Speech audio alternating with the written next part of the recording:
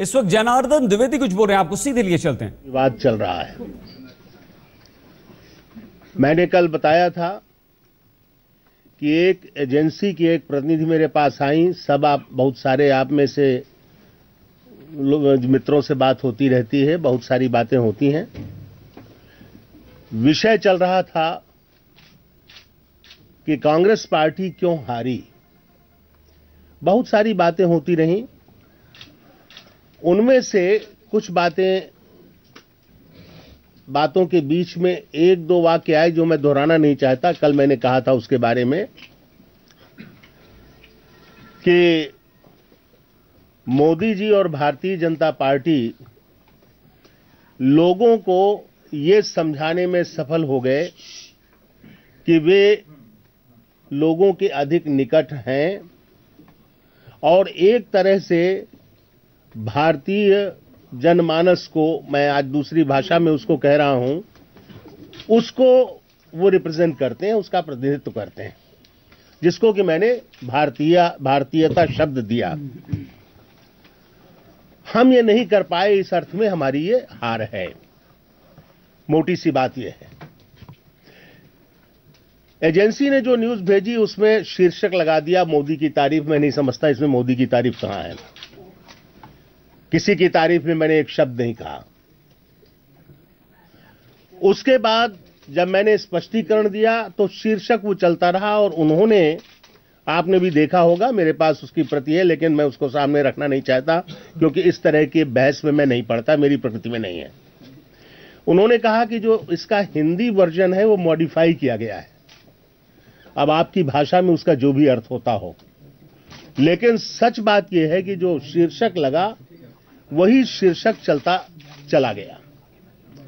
अब हर एक की समझ की एक सीमा होती है, मेरी भी, आपकी भी और सबकी, और हर एक की अपनी अलग अलग नियत होती है। उसी के हिसाब से लोग सारी स्थिति को समझते हैं। अब समझ और नियत अगर दोनों थोड़ा बहुत गड़बड़ा जाएं तो विवेक भी गड़बड़ा जाता है। मैं समझता हूं ये जो विवाद निकला ये उसकी वजह से निकला है। जहां तक भारतीयता का प्रश्न है, एक राजनीतिक कार्यकर्ता के रूप में, एक विद्यार्थी और अध्यापक के रूप में, और एक उस व्यक्ति के रूप में जो किसी जमाने में पत्र पत्रिकाओं में बहुत लिखा करता था, मुझे मालूम है कि भारतीयता क्या है।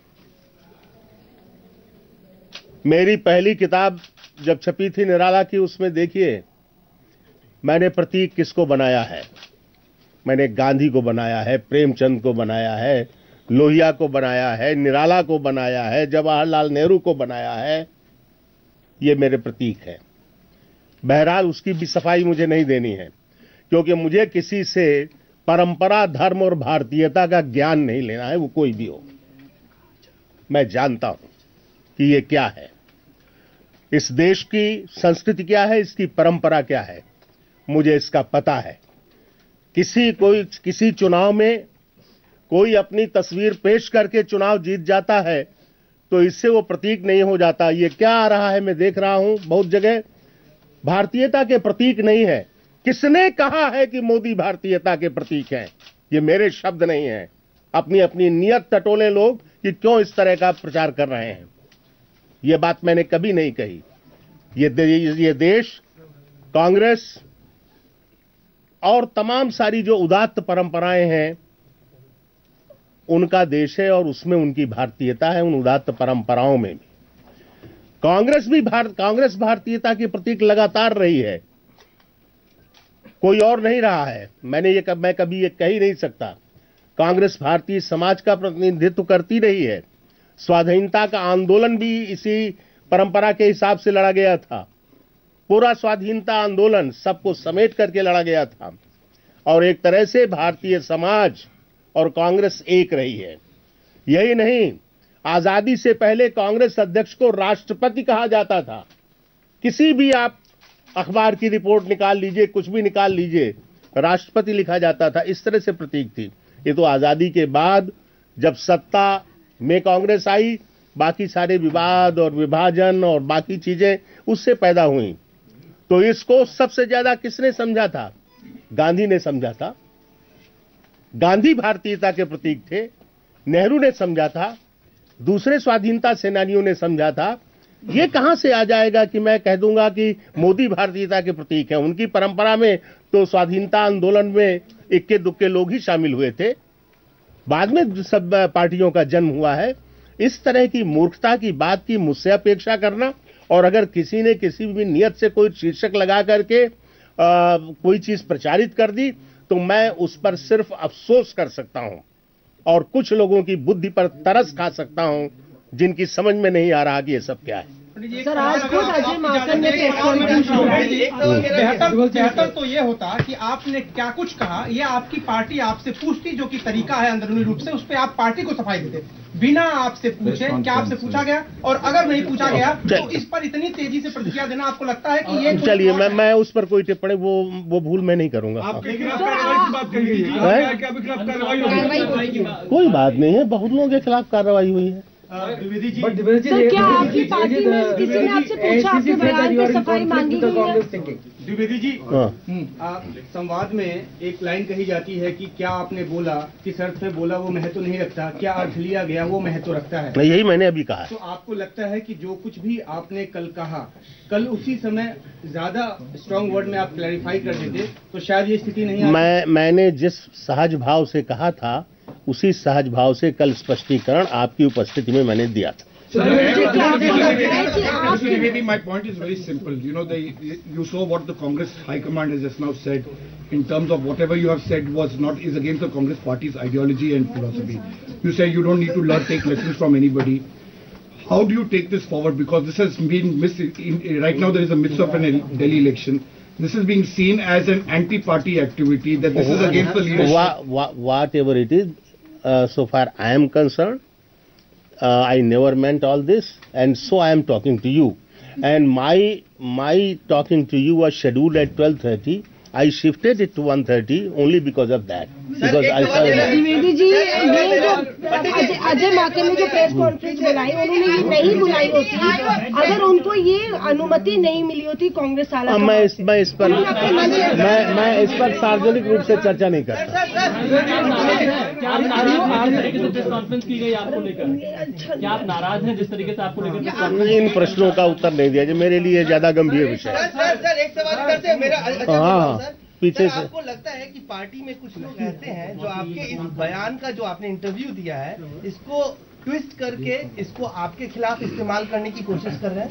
संसार में ऐसी बहुत सारी चीजें होती रहती हैं। In view of this today's denouncement of you, and also the AICC announced that your thinking is in direct conflict with the party's philosophy and ideology. No, I have already clarified. No, I'm not going to indulge in the argument. I have said what I had to say. US court ने order दिया कि RSS को आतंकी संगठन घोषित करना चाहिए। उस पे अभी मुझे और कुछ नहीं कहना। मैं एक सेकंड मैं और कुछ नहीं कहना चाहता। मैंने ये इसीलिए बुलाया था कि वो जो चीज कही गई है गलत है, जो मुझे कहना था मैंने स्पष्ट कर दिया। उसमें तारीफ और ये सारी बात है, उससे मैंने आहत अनुभव किया है। इस तरह का न लिखना चाहिए था, न छपना चाहिए था, बोलना चाहिए था, वो मैंने कहा नहीं। Not at all. There is not even a single word. Everything has got mixed up because the reporter, the representative of the agency has given a different headline to it. There is nothing like that.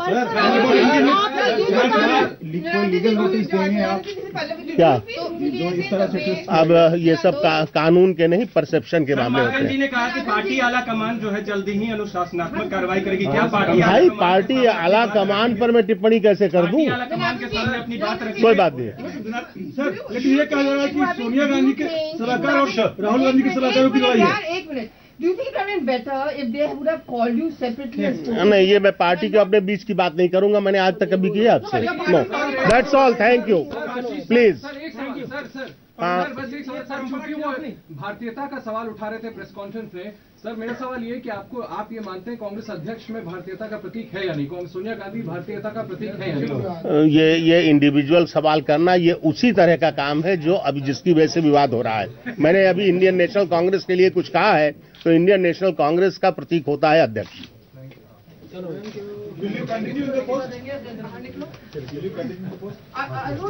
आप इस पर बात बाद में करेंगे नहीं, अपना करेंगे अब इसको